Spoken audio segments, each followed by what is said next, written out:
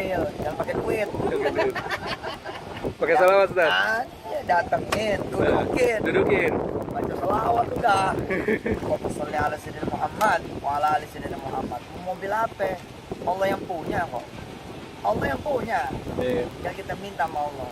Oke. Gitu. Nah masalahnya kan nggak semua orang boleh duduk. Terus gimana buat yang nggak boleh duduk? Ya dari depan aja salawatnya. Dari dekat begitu. Insya Allah dah. Intinya salawat itu kan berdoa. Lalu membaca salawat sebelum berdoa. Itu dia. Salawat dulu baru berdoa. Oke, sip.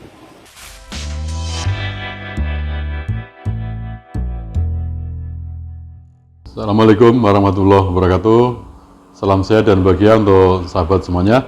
Sahabat sekalian, saya sungguh sedih melihat sebuah video di YouTube yang menjelaskan bagaimana penantian seorang karyawan Paytren untuk mendapatkan haknya. Dan terlebih ketika saya tahu ternyata istri dari karyawan tadi ternyata sedang hamil 8 bulan. Tentu beberapa waktu lagi istrinya akan melahirkan dan kita belum tahu kapan hak-hak dia, ada gaji yang tertunda, ada THR yang juga belum dibayar, akan dia terima. Kesedihan itu saya kira wajar, barangkali bisa menimpa orang-orang dekat kita, bahkan mungkin diri kita sendiri. Kita yang dulu pernah mengalami harus bekerja di sebuah perusahaan dan mendapatkan harapan-harapan untuk bisa memenuhi kebutuhan keluarga, maka gaji adalah sesuatu yang memang menjadi salah satu sumber utama penghidupannya. Ketika itu tertunda, tentu akan banyak masalah dan kesedihan saya kira akan muncul ketika beberapa kebutuhan tidak terpenuhi. Mas Isap, bisa dijelaskan Mas Isap di Paytren ini posisi Mas Isap sebagai apa, Mas? Dulu waktu bekerja di sana itu. Ya, saya ini dari awal sih, Mas Aji. Di awal bahkan ya. Dari 2013, ya betul. Saya ini di SK itu senior staff. Justru Ya. dari sejak tahun 2013 ya, berarti malah paling senior begitu ya? Tepatnya 8 Juli 2013. Betul. Oke, ya. Baik, untuk Mas Isap sendiri, apa saja yang hak-hak Mas Isap itu belum terpenuhi sampai sekarang, Mas? Yang pasti sih sisa gaji saya belum dibayarkan. Gaji. Kemudian THR, ya THR itu sih paling Mas ya. THR kalau misalkan emang saya mau DPHK ya udah nggak apa-apa PHK gitu. Ya, sisa gaji yang belum terbayarkan itu sejak kapan, Mas? 2019 akhir ya Mas. 2019. Kemudian dirumahkan itu, dirumahkan? Saya April 2021, kemudian sampai dengan Oktober, kemudian dari Oktober 2021 perpanjang lagi, dirumahkan yang kedua sampai dengan April 2022. Dan yang terakhir kemarin ada perpanjangan lagi Mas statusnya. Dari April 2022 sampai dengan Oktober 2022. Heran gitu ya? Cuma saya masih ada batas sabar, tapi semua juga kalau udah sampai sejauh ini saya juga harus bertahan hidup Mas.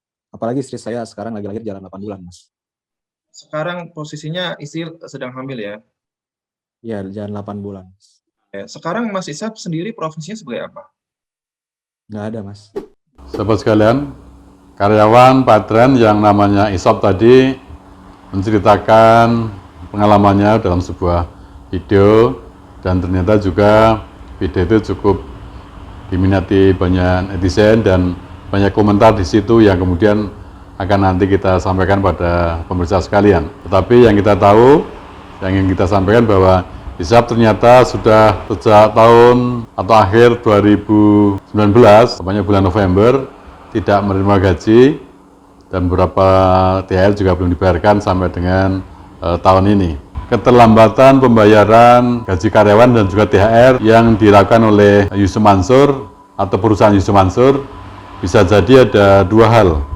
Yang pertama, mungkin memang perusahaan tersebut mengalami kebangkrutan secara finansial, dan yang kedua bisa jadi juga pemiliknya memang sedang mengalami kebangkrutan moral sehingga tidak peduli dengan hak-hak karyawan yang harus dipenuhi oleh seorang pengusaha.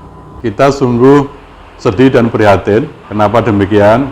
Karena seperti kita tahu, perusahaan milik Yusuf Mansur tersebut pada tahun 2017, tepatnya mungkin pada bulan Agustus, pernah mendapatkan sertifikat dari Dewan Syariah Nasional MUI yang menyatakan bahwa perusahaan tersebut telah memenuhi prinsip-prinsip syariah. Yang terjadi kemudian ternyata seperti kita sampaikan tadi, bagaimana ada belasan karyawan yang haknya sampai dengan saat ini belum bisa dipenuhi oleh perusahaan tersebut.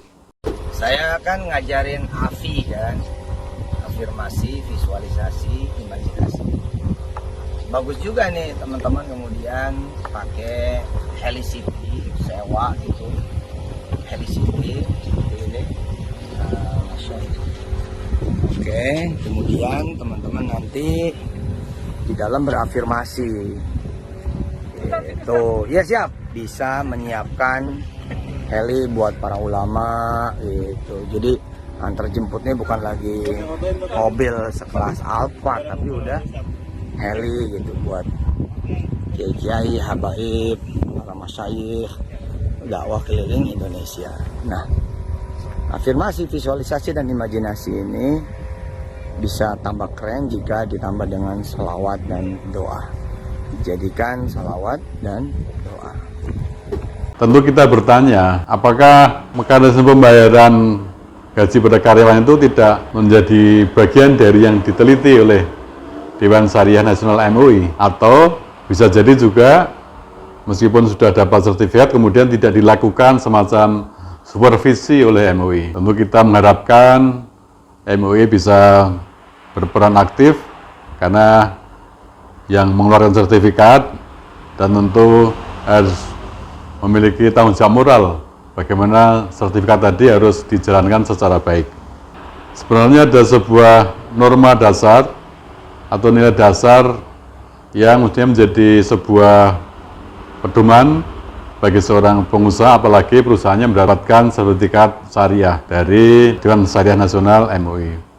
Salah satunya nilai tadi adalah bagaimana sebuah hadis yang menyatakan bahwa berikanlah kepada pekerjamu upahnya sebelum keringannya kering.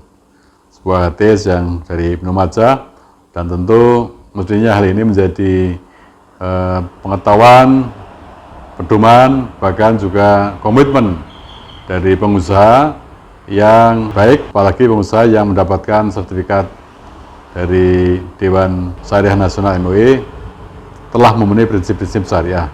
Nilai dasar tadi adalah bagaimana bersegera menunaikan hak sip kerja setelah pekerjaannya selesai. Begitu juga bisa dimaksud jika telah ada kesepakatan pemberian gaji setiap bulannya. Al-Munawi berkata, diharamkan menunda pemberian gaji padahal mampu. Yang dimaksud memberi gaji sebelum kerja kering adalah ungkapan untuk menunjukkan diperintahkannya memberikan gaji setelah pekerjaan itu selesai. Ketika pekerja meminta walau keringannya tidak kering atau keringnya telah kering. Bagaimana Nabi bersabda, menunda penunaian kewajiban bagi yang mampu termasuk kezaliman. Bahkan orang yang seperti ini halal kehormatannya dan layak mendapatkan hukuman. Sahabat sekalian, kalau kita mencermati atau menelaah beberapa ungkapan dalam hadis dan juga penjelasannya tadi, nampaknya juga sekarang Yusuf Mansur sedang menjalani semacam hukuman atau sanksi sosial. Setidaknya hal ini tercermin dari beberapa ungkapan netizen pada komen yang disampaikan pada channel YouTube tersebut. Dari Sofyan Anwari, dia mengatakan Ucup udah ditolak oleh masjid-masjid besar. Para pengusaha sudah menjauh dari Ucup. Masjid-masjid perkantoran sudah menolak Ucup. Perusahaan banyak yang memutuskan kerjasama dengan Ucup. Tiap bulan satu persatu bisnis Ucup hancur. Tidak ada trust dari banyak orang. Dari Tri Yuni Wulandari, coba digerebek rumahnya, jangan-jangan ada timbunan emas hasil rampokan. Dari Ahmad Yani, si Yusuf Mansur adalah tuyul yang sudah dewasa. Hehehe. Ada lagi dari Wulandari, dari 2019 istiqomah nahan hak karyawan. Benar-benar sudah buta mata hatinya. Zolimnya berformalin awet. Pak Jam seorang crazy race, tanda silang atau no. Pak Jam seorang crazy rail, yes. Sahabat sekalian, tentu komen dari para netizen tadi juga bisa menjadi pelajaran bagi kita semuanya, agar bagaimana yang sekarang sedang mengelola sebuah perusahaan, bahkan menjadi pengusaha, hendaknya bisa sebaik mungkin menunaikan kewajibannya kepada karyawan. Ada sebuah komen juga dari netizen yang memberikan sebuah contoh baik tentang bagaimana bersikap, bagaimana pengusaha bersikap ketika memang harus menunaikan kewajibannya. Ini caranya kalau mau beli mobil, jangan pakai duit. Pakai salawat, Ustaz. Ya datengin, Dudukin. baca selawat udah. Allahumma sholli ala sayyidina Muhammad wa ala ali sayyidina Muhammad. Mobil apa? Allah yang punya kok. Allah yang punya. Iya. Yang kita minta sama Allah. Oke. Gitu. Nah masalahnya kan nggak semua orang boleh duduk. Terus gimana buat yang nggak boleh duduk? Ya dari depan aja salawatnya. Dari dekat begitu. Insya Allah dah. Intinya salawat itu kan berdoa. Lalu membaca salawat sebelum berdoa. Itu dia. Salawat dulu baru berdoa. Oke, sip. Dapat nggak mobilnya? Udah.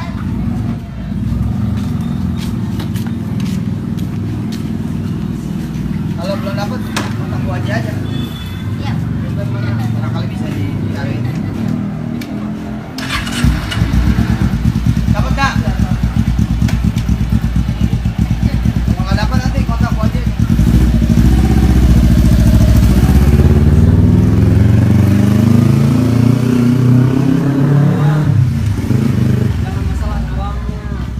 Saya ingin membacakan komen tersebut dan mudah-mudahan bisa menjadi pelajaran kita.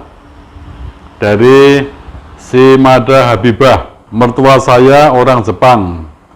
Ketika perusahaan tutup, karyawan gaji 7 bulan plus pesangon dikasihkan dengan menjual aset hutang ke bank demi karyawan.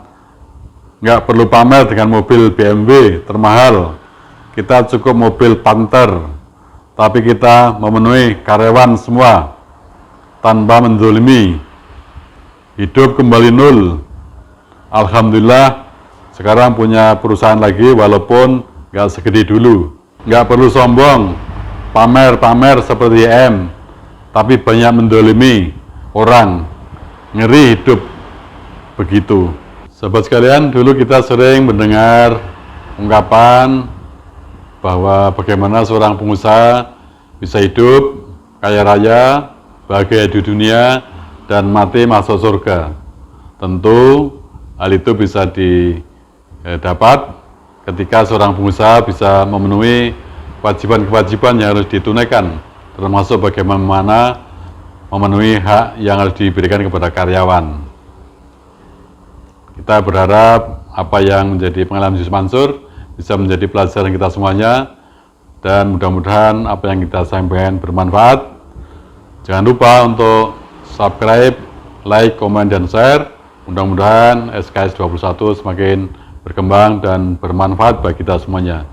Salam sehat dan bahagia untuk sahabat semuanya. Assalamualaikum warahmatullahi wabarakatuh.